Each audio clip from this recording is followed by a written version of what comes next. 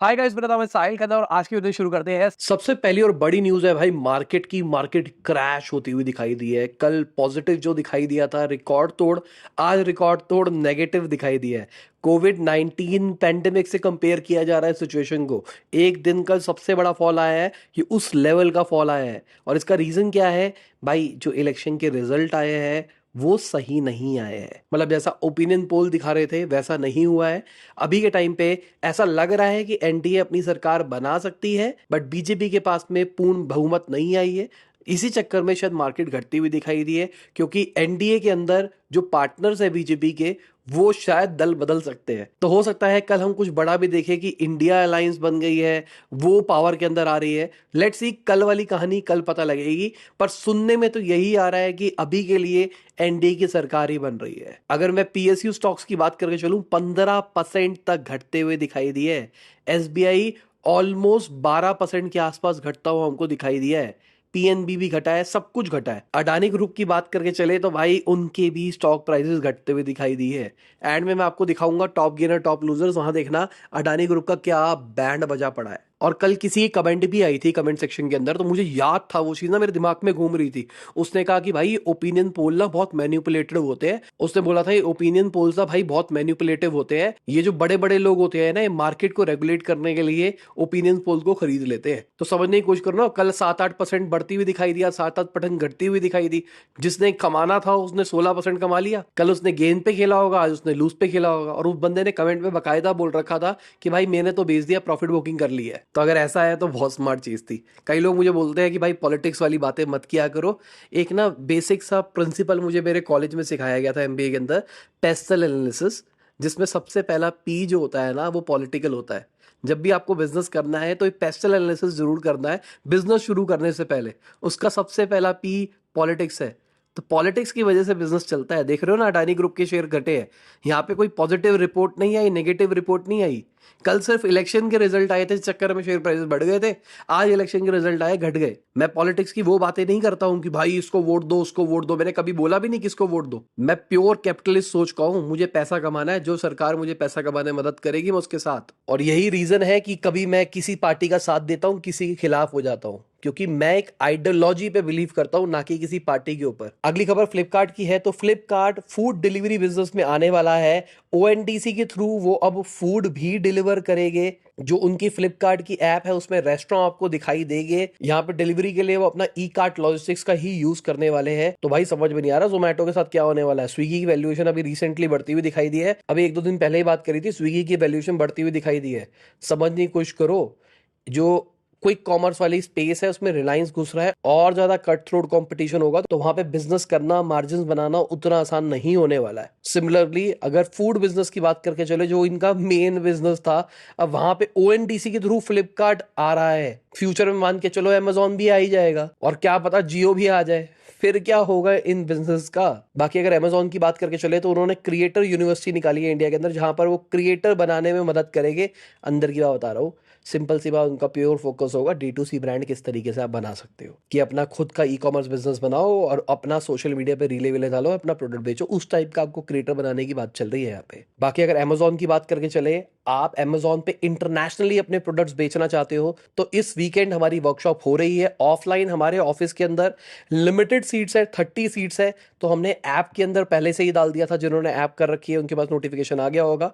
जब मैं वीडियो को शूट कर रहा हूं उस टाइम पे जो मुझे मेरी टीम बता रही है 15-16 सीटें फुल हो चुकी है। टोटल हमारे पास में सिर्फ 30 ही सीटें हैं। तो अगर आप इंटरेस्टेड हो तो जाओ जल्दी से खरीद लो, लिंक डिस्क्रिप्शन के अंदर दे दिया है। बहुत नॉमिनल प्राइस ही रखा है, 300 रुपये हमने रखा है खाली। और ये वीडियो यूट्यूब पे ही आएगी, टेंशन लेने की बात नहीं है। जो अफोर्ड नहीं कर सकते, जिनके पास टाइम नहीं है, ये यूट्यूब पे आएगी, यूट्यूब पे देख लेना। अगली खबर टी सीरीज की है। तो दिल्ली हाई कोर्ट ने बोला है कि वो नेटफ्लिक्स का मनी नहीं ले सकते। समझने की कोशिश करो कहानी क्या है। रिलायंस ने टी सीरीज से 2021 के अंदर 11 फिल्म बनाने के लिए 268 करोड़ रुपीस लिए थे। उसके बाद वो उसको रीपे नहीं कर पाए थे। 2023 के अंदर कहा जा रहा है 60 करोड़ के आसपास ड्यू थे। अब टी सीरीज वालों ने कहा है कि भाई इन्होंने ये जो चमकीला मूवी बनाई थी, जो कि इन्होंने बेची है नेटफ्लिक्स को, वहां से जो पैसा निकल के आ रहा है 42.16 करोड़ रुपीस, वो सारा पैसा हमको दे दो। अब यहाँ पे दो बातें निकल के आती है। एक ये है कि विंडो सीट फिल्म्स एलएलपी ने ये मूवी बनाई है। अब उसके अंदर रिलायंस एक प्रोड्यूसिंग पार्टनर है, एक छोटा सा पार्टनर है। पहली बात तो प्रोड्यूसर कौन है ये क्लियर नहीं है, क्या रिलायंस है या फिर WSF है। और अगर रिलायंस भी है तो कोर्ट ने ये बोला है कि भाई आप सारा पैसा नहीं ले सकते हो, आपको प्रॉफिट के ऊपर बात हुई थी। तो यहां पर कोर्ट ने कहा है रिलायंस को कि 2% तो कमीशन दो, जो कि आपकी नेटफ्लिक्स से पूरी पेमेंट आई है उसके ऊपर, और जो भी आपका प्रॉफिट हुआ है उसका 50% दो इनको। अगली खबर इंस्टाग्राम की है। तो इंस्टाग्राम टेस्ट कर रहा है अनस्किपेबल एड्स। फोटो के अंदर आप देख सकते हैं, स्वाइप अप करोगे, स्वाइप अप करते हुए आपकी स्क्रीन रुक जाएगी, आपसे होल्ड करवाएगा, उसके बाद में आप स्वाइप अप कर सकते हो। बीइंग अ मार्केटर मुझे ये चीज़ बहुत अच्छी लगी है, क्योंकि बहुत सारे लोग रील यूज़ करते हैं। अब वहाँ पे मैं उनकी अटेंशन रख सकता हूँ। जिन लोगों की अटेंशन ही 3-4 सेकंड की है, अब मैं उनको 3 सेकंड तक रोक सकता हूँ। मतलब किस लेवल की उनकी अटेंशन मैंने प्राप्त कर ली है। बहुत बढ़िया मार्केटिंग मीडियम हो जाएगा अगर ये चीज़ आएगी तो। बट कहानी ये है कि स्किपेबल एड्स के चक्कर में लोगों की अडॉप्शन कितनी ऊपर नीचे जाएगी, वो देखने वाला पॉइंट होगा। अगली खबर एस्ट्रोटॉक की है। तो उन्होंने 110 करोड़ रुपए और रेज कर लिए हैं अपने एक्सटेंडेड सीरीज ए राउंड के अंदर। अभी तक एस्ट्रोटॉक ने 1,000 करोड़ का रेवेन्यू रिपोर्ट किया है और वो बहुत प्रॉफिटेबल भी है। 2017 के अंदर ये कंपनी शुरू हुई थी और बहुत सारे एक्टिव यूजर्स भी हैं इनके। बट मैं अगर पर्सनली बताऊं ना, क्योंकि मैं भी इस कैटेगरी के अंदर एक चैलेंज चला रहा हूँ एस्ट्रोलॉजी वाला, तो मुझे लगता है अभी के टाइम पे पिछले 1-1.5 महीने से ये इंडस्ट्री डाउन है थोड़ी सी। अब मुझे रीजन नहीं पता, क्या छुट्टियां पड़ गई है बच्चों की, जो मम्मी पापा लोग थे, क्योंकि मेरे को लगता है टीजी ऑडियंस मेजर वही थी, वो बैठ के अब बच्चों के साथ में एस्ट्रोलॉजी का कंटेंट नहीं देखना पसंद करते। टीवी ऑक्यूपाइड हो गए हैं घर के, या फोन ऑक्यूपाइड हो गए हैं, उनके पास फ्री टाइम नहीं है, वो छुट्टियां मनाने के लिए गए हुए हैं, या फिर वो आईपीएल और वर्ल्ड कप के अंदर बिजी है। तो इन्होंने अभी तो पैसा रेस कर लिया है, क्योंकि इन्वेस्टर के पास शायद ये डेटा पॉइंट नहीं होगा जो कि मेरे पास में है। अब मैं ये नहीं कह रहा कि मुझे इन्वेस्टर से ज़्यादा पता है, पर इस कैटेगरी के अंदर मुझे शायद थोड़ा सा भी ट्रेंड का आइडिया है। अगली खबर लेंडिंग कार्ड की है, जो कि एक डिजिटल लेंडिंग प्लेटफॉर्म है, ऐप के थ्रू बेसिकली लोन देता है। तो उन्होंने लोन ले लिया है, उन्होंने बेसिकली 100 करोड़ का डेट सिक्योर किया है। तो यहाँ पे सिंपल सी मैथ है, 100 करोड़ रुपए का डेट लिया है, लोन लिया है, उधार लिया है। अब मान लो 10% पे 12% पे लिया है, और आगे वो 15-16% पे देंगे। बीच का जो परसेंटेज होगा वो उनका आर्बिट्राज होगा और वहां से पैसा कमाएंगे। अब कहानी ये है, कितने लोग पैसे लेके भागते हैं, डिफॉल्ट रेट कितना रहता है, वो लॉस हो जाएगा। वो मान के अगेन चले गए, 1-2% वहां पे लॉस होगा, तो अगेन 3-4% का प्रॉफिट हो जाएगा। अगली खबर इन्फोसिस की है। तो इन्फोसिस ने ऑलमोस्ट 12,000 ग्रेजुएट को 2024 के अंदर हायर किया है, और अगर पिछले साल से कंपेयर करके चले तो ये 76% डाउन है।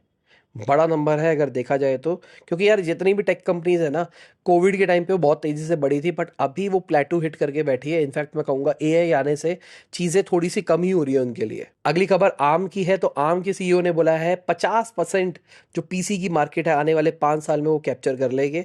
अभी रिसेंटली माइक्रोसॉफ्ट ने आर्म में बहुत ज्यादा भरोसा दिखाया है, उन्होंने अपने खुद का पीसी भी निकाला है, उन्होंने अपने खुद के लैपटॉप्स भी निकाले हैं जो कि आर्म के ऊपर काम कर रहे हैं, और कह रहे हैं कि भाई आग लगाने वाली कैटेगरी है एआई, ये वो। तो मुझे भी ऐसा लगता है कि आर्म एक बेटर ऑप्शन है, जो पहले इंटेल वगैरह चल रहे थे, और फ्यूचर के अंदर यही होगा। 50% कह रहे हैं। हो सकता है आर्म टेक्नोलॉजी की बात करके चले तो शायद इससे ज्यादा अडॉप्शन हो, आर्म कंपनी की स्पेसिफिकली चिप की बात करके चले तो शायद 50% या पता नहीं कितना होगा। अगली खबर बैरन कैपिटल की है। तो उन्होंने बायजूस की वैल्यू को 99% घटा दिया है, $120 मिलियन के ऊपर ले आए हैं।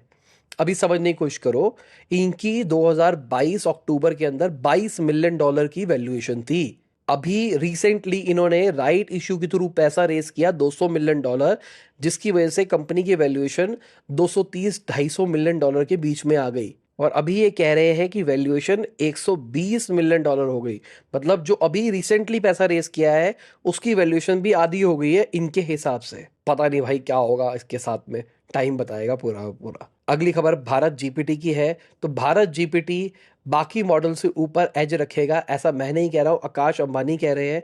और उन्होंने क्यों बोला है, क्योंकि 12 इंडियन लैंग्वेजेस के ऊपर फोकस है, हेल्थ केयर, फाइनेंशियल सर्विसेज और एजुकेशन के ऊपर इसका फोकस रहने वाला है। अब जिनको इसको यूज करना है ना, इन्होंने एक प्रोडक्ट निकाल रखा है हनुमान के नाम से, ये आपको प्ले स्टोर पे मिल जाएगा, और इसका जो मॉडल है उसको आप डाउनलोड भी कर सकते हैं इनकी वेबसाइट से।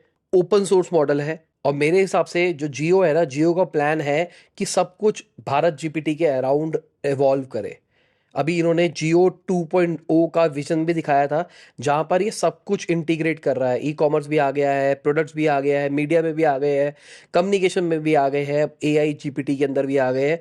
तो ये सब कुछ साथ में इंटीग्रेट होके चलेगा और बहुत तेजी से आगे बढ़ता हुआ हमको दिखाई दे सकता है। बाकी मार्केट की बात करके चले तो भाई देख लो मार्केट का हाल क्या रहा है। त्राही त्राही हो गई है। Adani ports, Adani enterprises band बजा पड़ा है। और ये लोग हमारे सपोर्टर्स, जिनकी वजह से डेली हम आप तक बिजनेस ला पाते हैं। Thank you for supporting us. और इसी के साथ आज की बिजनेस खत्म होती है। उम्मीद करता हूं आपको मजा आया होगा। लाइक कर देना, शेयर कर देना, कमेंट बताना वीडियो कैसी लगी। बाय, गुड हाफिज, गुड मॉर्निंग। और जब भी आप वीडियो देख रहे हैं, जय हिंद, वंदे मातरम।